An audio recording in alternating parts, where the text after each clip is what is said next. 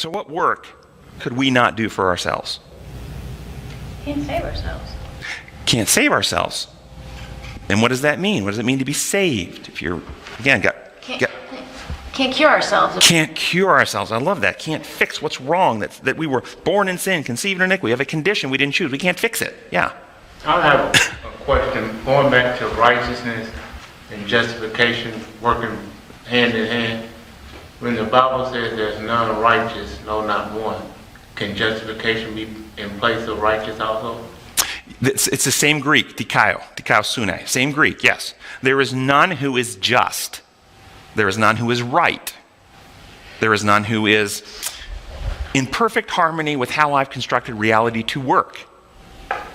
That's what righteous is. That's what justice is. That's what justification is. Putting things right, setting things right. So some are different actions of the same word. So being righteous would be in a state of righteousness.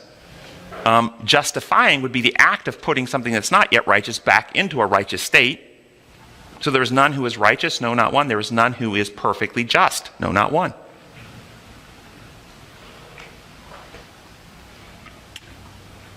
So, what is the actual problem that human beings have because of Adam and Eve's sin? Is it a problem of a legal problem, or is it a state of being problem, something wrong with us? And so what do we need to be right with God? In order to be right with God, do we need a new record in heaven? Do we need a new legal document in the courts of heaven? Do we need a new legal declaration from the ruler of heaven? Or do we need a new heart and right spirit? Does God's law need to be sustained, supported, and shown to be without defect? Yes. Yes, it does. That was not a trick question. Yes. How? How does God's law get to be sustained, supported, and shown to be without defect? Under the penal view, because the perfect payment was made, and God killed his son, executing him, showing that even when you have a perfect, that there will be no deviations, and that law is sustained by the execution of Jesus by God himself. If you think I'm being too strong with that, I'm going to give you some quotes here in just a second to prove that's what they say. Design view, how's the law sustained? By doing what the law requires. And what does the law require? Perfectly restoring humankind back into harmony with how life was designed. So here's our Desire of Ages 762. The law requires righteousness, a righteous life, a perfect character. Pause before I go on to the next sentence. Why does the law require this?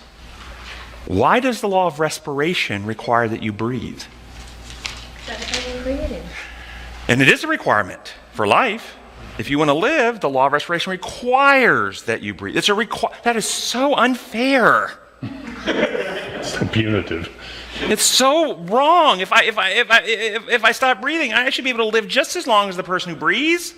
It's so arbitrary. No, it's designed this way. Understanding design law frees us from this ridiculous penal thing. And so the law requires righteousness, a righteous life, a perfect character, because that's how life was constructed. And if you're not like that, you have a terminal condition. You're dying. Keep going. And this man has not to give. He cannot meet the claims of God's holy law. But Christ, coming to earth as man, lived a holy life, and notice this, developed a perfect character. This he offers as a free gift to all who will receive them. Pause again. I'm going to finish the whole paragraph, but right now. What is another way of saying a holy life and a perfect character? Righteousness. Righteousness. The righteousness of Christ. The robe of Christ's righteousness. These are simply talking about a holy life, a perfect character. That's the righteousness of Christ. And what is another way of saying he offers these as a free gift to all who will receive it? Salvation. You could say that for sure. Another word we've already used here today, imputed. This is a gift I'm giving to you. It's a gift. Here, take it. It's not a legal declaration. It's a remedy of a new heart, life, attitude, desires, mindset within the believer received from Christ. Keep going with the quote. His life stands for the life of men. I'm going to come back to what that means in a second. Thus they have remission of sins that are passed through penal view. How do we get remission of sins? Through what? Except in payment of the... Payment of the blood. This author says, through the forbearance of God. What? Forbearance? What does forbearance mean? Put up with. But yes, Patience, exactly. forgiveness. Yes. Tolerance. No payment. Keep going. More than this, Christ imbues men with the attributes of God. He builds up the human character after the similitude of the divine character, a goodly fabric of spiritual strength and beauty. Thus, the very righteousness of the law is fulfilled in the believer in Christ. God can be just and the justifier of him who believes in Jesus. There's those two definitions. Just, what was it?